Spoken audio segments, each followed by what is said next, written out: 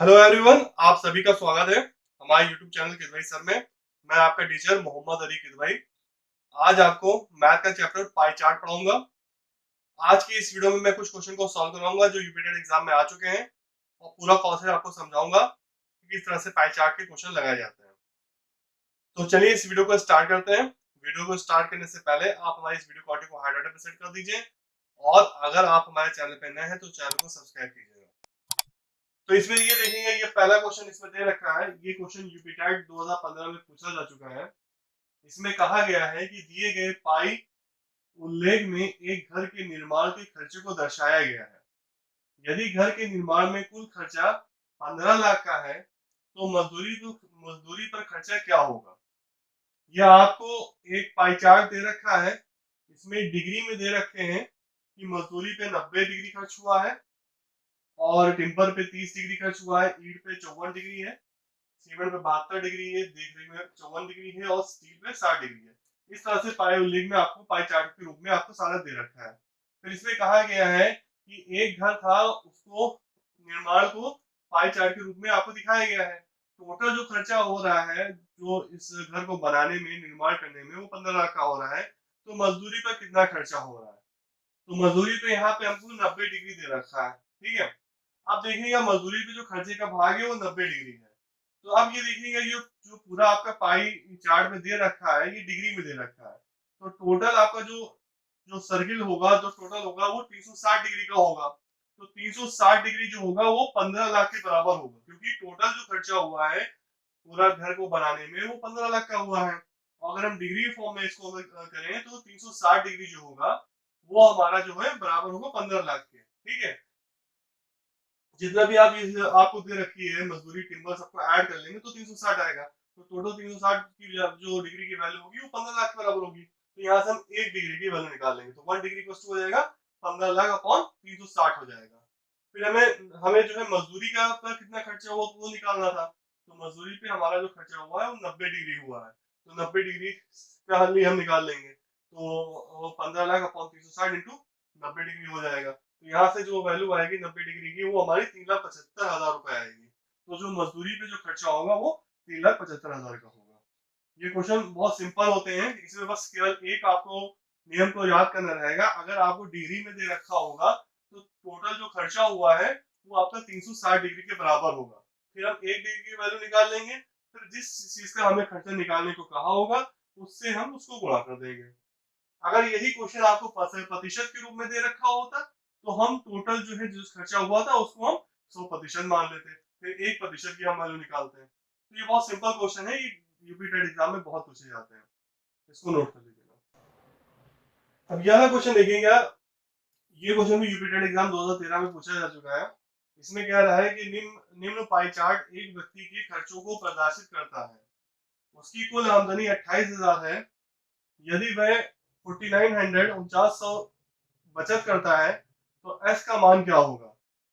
तो आपको दे रखा है क्वेश्चन में कि एक पाई चार्ट आपको दे रखा है और उसमें एक आदमी की मंथली इनकम, जो कुल आमदनी है आदमी की, वो दे रखी है वो 28,000 रुपए है। अगर वो 4900 की बचत कर रहा है तो एस का मान क्या होगा। तो अब यहाँ पे देखिएगा, ये पाई चार्ट में आपको 4 चीजें दे रखी है। दवाइयां दे रखी है, भोजन दे रखा है, एक्स डिग्री दे रखा है और अन्न दे रखा है। तो जो बचत है वो एक्स डिग्री है। तो हमें एक्स का मान निकालना है, हमें बचत निकालनी है, हमें डिग्री के फॉर्म में लेके आना है। ठीक है, हमें रुपीज में दे रखा है, पैसे में दे रखा है, रुपीज में दे रखा है, तो हमें उसको डिग्री में लेके आना है। तो अब यहाँ पे देखिएगा जो व्यक्ति की कुल आमदनी है वो 28,000 रुपए है। ठीक है, तो अब 28,000 रुपए जो होगा, क्योंकि ये डिग्री में है तो ये पूरा जो टोटल होगा आपका 360 डिग्री बराबर होगा। तो कुल आमदनी, कुल जो मंथली इनकम उसकी होगी उसी में उसके सारे खर्चे होंगे। दवाई भी होगी, भोजन भी होगा, बचत भी होगी और अन्य खर्चे भी होंगे उसके। तो टोटल जो उसकी जो इनकम होगी वो उसके सैलरी पे डिपेंड करेगी, मंथली इनकम पे डिपेंड करेगी। तो इसको हमने डिग्री में दे रखा था, तुमने बताया था टोटल जो पाई चार्ट आपका डिग्री में होगा तो उसका जो सम होता है वो 360 डिग्री होता है। तो आपका ये जो 28,000 रुपए होगा ये 360 डिग्री के बराबर होगा। तो 1 रुपए हम यहाँ से निकाल लेंगे तो 1 रुपए हो जाएगा 360 अपॉन 28,000 हो जाएगा। तो हमको 4900 रुपए जो है बचत कर रहा है, इसको हमको निकालना है कितना डिग्री में होगा। तो 4900 को हम जो है यहाँ पे कर दीजिए इसको, 4900 रुपए की वैल्यू क्या होगी आपकी तो इसको हम यहाँ पे इससे मल्टीप्लाई कर देंगे। 1 रुपए की वैल्यू जो है 360 डिग्री 360 अपॉन 28,000 है, तो 4900 की होगी, तो वैल्यू जो होगी वो 360 अपॉन 28,000 इंटू 4900 हो जाएगी। ठीक है, 4900 हो जाएगी। तो इसको जब पूरा कैंसिल कर लेंगे तो इसकी वैल्यू 63 डिग्री आएगी। इसकी वैल्यू आपकी 63 डिग्री आएगी। तो व्यक्ति की जो बचत होगी, जो x डिग्री का जो मान होगा वो 63 होगा, हमारा 63 डिग्री होगा। यानी कि यहाँ पे x डिग्री जो आपकी होगी वो 63 डिग्री के बराबर होगी। हमको ये निकालना था, हमें डिग्री के फॉर्म में निकालना था इसको। ये क्वेश्चन देखेंगे, ये क्वेश्चन भी यूपीटेड एग्जाम में आ चुका है, प्राइमरी वाले पेपर में आया था। इसमें क्या रखा है कि नीचे दिए गए नीचे दिए गए पाए चित्र में एक परिवार द्वारा विभिन्न मदों में एक महीने के खर्चे का विवरण है। यदि परिवार की आय 35,000 रुपए है तो ईंधन और भोजन पर कुल कितना खर्चा हो रहा है। यानी एक परिवार की कुल आय जो है 35,000 रुपए थी और इस तरह का उसका विवरण दे रखा है पाई चार्ट में। तो अब हमसे कहा गया है कि ईंधन और भोजन में कितने रुपए खर्च हो रहे हैं, हमको निकालना है। तो टोटल देखिए पाई चार्ट में आपको दे रखा है कि भोजन पे 48% खर्च हो रहा है और ईंधन पे 10%, कपड़े पे 11%, किराए पे 13% है, शिक्षा पे 16% है और अन्न पे 2% है। तो हमको टोटल निकालना है कि ईंधन और भोजन पे कितना खर्च हो रहा है, उसको निकालना है। तो अब निकाल देख लीजिए, ईंधन और भोजन में जो कुल खर्चा होगा वो आपका ईंधन पे 10% है और भोजन पे 48% है। तो दोनों को जोड़ देंगे तो 58% जो होगा वो ईंधन और भोजन पे कुल खर्चा होगा। तो अब यहाँ पे देखिएगा प्रतिशत में दे रखा है, तो ये आपका टोटल जो आपका खर्चा दे रखा है जो पाई चार्ट में, वो परसेंटेज में दे रखा है, प्रतिशत में दे रखा है। तो टोटल जो आपका 100% होगा, ये पूरा आपका जो टोटल 100% होगा वो आपको 35,000 रुपए के बराबर होगा, क्योंकि टोटल मंथली इनकम उसकी 35,000 रुपए है। तो 100% वस्तु 35,000 रुपए हो जाएगा। तो हम यहाँ से फिर 1% की वैल्यू निकाल लेंगे, तो 1% वस्तु हो जाएगा 35,000 अपॉन 100 हो जाएगा, तो यहाँ से आपका 350 आ जाएगा। फिर हमको 58% निकालना था, क्योंकि ईंधन और भोजन पर जो कुछ खर्चा हुआ तो 58% आया था। तो हम यहाँ पे इसको 350 को हम 58 से मल्टीप्लाई कर देंगे, तो हमारा ये इतना आ जाएगा 20,300 रुपए जो होगा वो ईंधन और भोजन पे खर्च होगा। इसको नोट कर। अब ये वाला क्वेश्चन देखेंगे, ये भी क्वेश्चन रिपीटेड एग्जाम पूछा जा चुका है। इसमें कह रहा है कि किसी परिवार की मासिक व्यय निम्न चित्र के अनुसार है। यदि शिक्षा तथा यात्रा पर खर्च का अंतर 4,000 रुपए है तो परिवार की कुल आय कितनी है। आपको एक ये पाई चार्ट दे रखा है, इसमें आपको जो जो खर्चे हो रहे हैं वो प्रतिशत के रूप में आपको बताए गए हैं। जैसे कि भोजन में 20% खर्च हो रहा है, शिक्षा में 25%, मकान किराए पे 20% है, बचत 20% की हो रही है और यात्रा जो है उसमें 15% खर्च हो रहा है। तो इसमें इस क्वेश्चन में ये कह रखा है कि किसी परिवार की मासिक जो इनकम है, किसी परिवार की मंथली इनकम जो है वो इस पाई चार्ट में आपको दिखा रखा है। शिक्षा और यात्रा पे जो खर्च का अंतर है वो 4,000 रुपए है। ठीक है, तो परिवार की कुल आय कितनी है वो हमको निकालनी है। तो अब देखिए यहाँ पे हमें परसेंटेज में दे रखा है हर चीज। तो टोटल जो परसेंटेज होगी, तो टोटल जो उसका मंथली इनकम होगी वो 100% होगी, क्योंकि 20% तुम्हारा, आप सबको पूरा जोड़ लीजिए तो 100% आ जाएगा। तो परसेंट में है तो आपका कुल इनकम जो है वो 100% होगी, मंथली इनकम उस परिवार की। और हमको ये दे रखा था कि शिक्षा और तथा यात्रा पे जो खर्चे का अंतर था वो हम निकाल लेंगे, वो 4,000 रुपए है। तो इसमें हमें फिगर, इसमें हमें पाई चार्ट में जो दे रखा है, शिक्षा पे जो खर्च हो रहा है वो 25% है और यात्रा पे हमारा 15% है। तो हम इसका डिफरेंस निकाल लें कि शिक्षा और यात्रा पे कितना हमारा खर्चा हो रहा है, उसका डिफरेंस निकाल लें। तो शिक्षा और जो है यात्रा पे खर्चे का अंतर हमने निकाला, तो 25% माइनस 3% किया तो 10% आ गया। तो अब हमें यहाँ पे दे रखा था इस क्वेश्चन में कि शिक्षा और यात्रा पे जो खर्चे का अंतर है वो 4,000 रुपए है। यानी कि जो 10% की जो वैल्यू आपकी होगी वो 4,000 के बराबर होगी। तो 1% की वैल्यू क्या होगी आपकी, 4,000 अपॉन 10 हो जाएगी। तो हमने ये माना था कि कुल आय जो है उसकी परिवार की वो 100% है। तो 100% की क्या वैल्यू होगी आपकी, 4,000 अपॉन 10 इंटू 100 कर देंगे हम। तो यहाँ से हमारी उस परिवार की मंथली इनकम निकल के आ जाएगी जो 40,000 रुपए होगी। अब ये वाला क्वेश्चन देखिएगा, ये क्वेश्चन बहुत इंपॉर्टेंट क्वेश्चन है, ये राजस्थान के टीटी एग्जाम में आया हुआ है। इसमें कहा गया है कि सीमा द्वारा कक्षा 6 की परीक्षा में हिंदी, अंग्रेजी, गणित व विज्ञान विषयों में प्राप्त अंकों का विवरण पाई चार्ट में दिया गया है।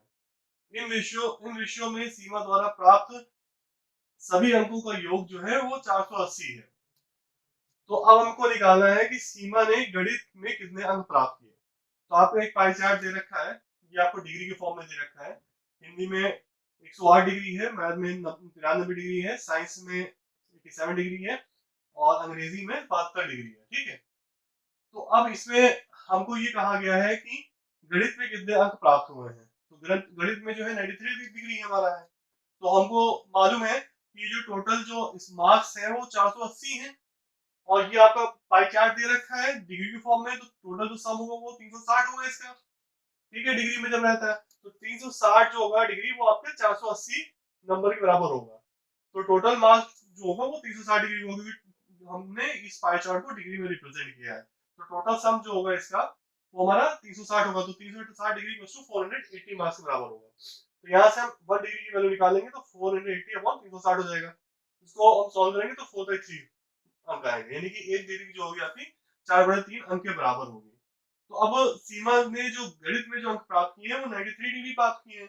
तो 93 इंटू 4/3 कर देंगे, यहाँ से 124 अंक उसके आ जाएंगे।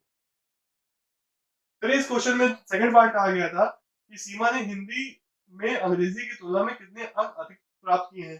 तो हिंदी में अंग्रेजी की तुलना में कितने अधिक अंक प्राप्त किए हैं। तो हिंदी में उसके 108 डिग्री है और अंग्रेजी में उसके 72 डिग्री है। तो इन दोनों का हम डिफरेंस निकाल लें, तो 108 माइनस 72 कर देंगे तो 36 डिग्री उससे ज्यादा किया है। अब इस डिग्री को हम जो है अंक में बदल दें, तो जो 36 डिग्री है उसको हम 4/3 से मल्टीप्लाई कर देंगे, क्योंकि 1 डिग्री जो होता है वो 4/3 अंक के बराबर होता है।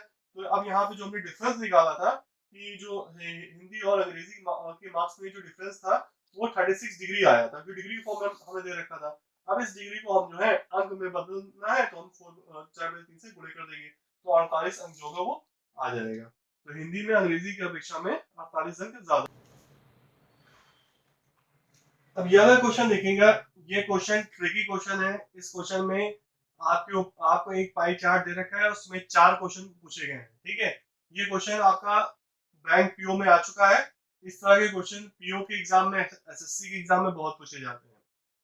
तो ये क्वेश्चन इंग्लिश में है, हम आपको इसको ट्रांसलेट कर देंगे हिंदी में जिससे आपको क्लियर हो जाए। तो इसमें आपको एक पाई चार्ट दे रखा है और इसमें आपको एक घर था उसका रिनोवेशन कराया गया है, उसका खर्चा बताया रखा है। तो टोटल जो रिनोवेशन घर का कराया जा रहा है, तो उसमें हमने एज्यूम किया है जो एस्टिमेटेड कॉस्ट है कि इतने में हो जाएगा, वो 1,20,000 रुपए है। ठीक है, तो एक कोई मकान है उसको रिनोवेशन कराना है, उसको नया सही कराना है, तो उसमें जो एस्टिमेट किया हमने कितना पैसा खर्च होगा, तो टोटल एस्टिमेटेड जो कॉस्ट उसकी आई वो 1,20,000 आई।